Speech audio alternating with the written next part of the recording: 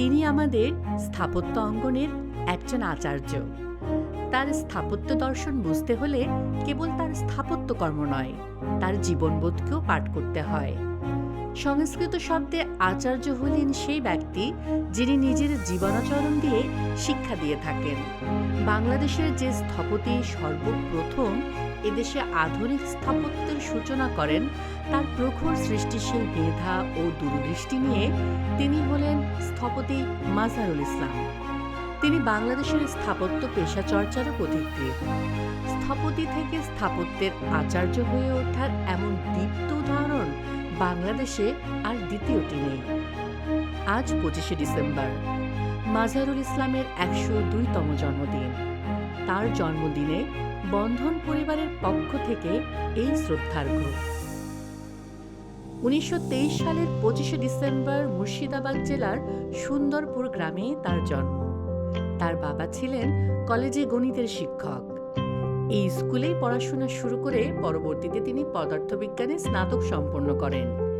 1946 সালে Shibpur engineering college থেকে প্রকৌশল বিদ্যাতেও পড়া শেষ করেন তিনি। 47-এর দেশভাগের পর সহকারী প্রকৌশলী হিসেবে যোগ দেন সরকারি চাকরিতে। 1950 সালে তিনি যুক্তরাষ্ট্রে যান এবং অরিগন বিশ্ববিদ্যালয় থেকে স্থাপত্যের শিক্ষা গ্রহণ করেন। প্রায় 2.5 বছর পর দেশে ফিরে টানা 6 মাসের শ্রমে ঢাকা বিশ্ববিদ্যালয়ের চারুকলা ইনস্টিটিউট ও গ্রন্থাগার ভবনের নকশা করেন। এরপর 1956 সালে বৃত্তি পেয়ে ট্রপিক্যাল আর্কিটেকচার পড়তে লন্ডনের এ স্কুল অফ আর্কিটেকচারে যান। পরবর্তীতে 1960 সালে তিনি ইয়েল ইউনিভার্সিটিতে খ্যাতনামা স্থপতি পল রুডলফের তত্ত্বাবধানে মাস্টার্স করে 1961-এর শেষের দিকে দেশে ফিরে আসেন। কেবল স্থাপত্য চর্চার মাধ্যমেই নয়, স্থাপত্যের প্রাতিষ্ঠানিক শিক্ষার প্রতিও তার এই নিষ্ঠা আমাদের জন্য একটি জ্বলন্ত উদাহরণ। কর্মজীবনের শুরুতেই তিনি পূর্ব পাকিস্তানের কনস্ট্রাকশন, বিল্ডিং অ্যান্ড ইরিগেশন বিভাগে কাজ করেন। তবে দৃষ্টিভঙ্গির অমিলের কারণে 1964 সালে সরকারি চাকরি ছেড়ে প্রকৌশলী শেখ মোহাম্মদ শহীদুল্লাহর সঙ্গে যৌথভাবে বাস্তুকলাবিদ নামে একটি স্থাপত্য পরামর্শক প্রতিষ্ঠা করেন।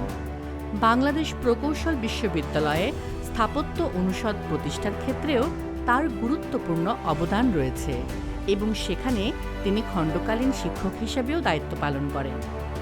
আন্তর্জাতিক খ্যাতিসম্পন্ন এই স্থপতি বাংলাদেশ স্থপতি ইনস্টিটিউটের প্রথম সভাপতি ছিলেন। মহান স্বাধীনতা যুদ্ধে প্রত্যক্ষ অংশগ্রহণ সহ নানা সময়ে বিভিন্ন প্রগতিশীল আন্দোলন ও সাংস্কৃতিক কর্মকাণ্ডে সক্রিয় থেকেছেন তিনি।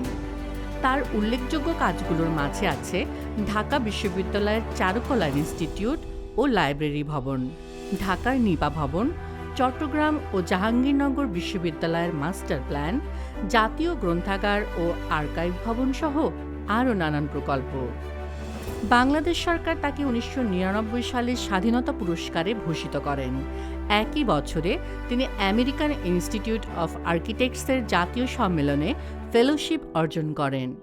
1980 সালে তিনি ছিলেন আগা খান পুরস্কারের সম্মানিত বিচারক মণ্ডলীর একজন। মহান এই স্থপতি 2012 সালে মৃত্যুবরণ করেন। তিনি আমাদের শিখিয়েছেন বাংলাদেশের স্থাপত্য কেমন হওয়া উচিত, কিভাবে নান্দনিকতা, পরিবেশ ও উপযোগিতা একে অপরের সঙ্গে মিলেমিশে মানুষের কর্মপ্রবাহকে সহজ ও মানবিক করে তোলে। স্থাপত্যের সেই গভীর পাঠ আমরা পেয়েছি স্থপতি মাজহারুল ইসলামের কাছ থেকেই। শিক্ষক থেকে শিক্ষার্থী, গবেষক থেকে পেশাজীবী, সবার কাছেই স্থপতি মাজহারুল ইসলাম এক অক্ষয়, অনিবার্য নাম।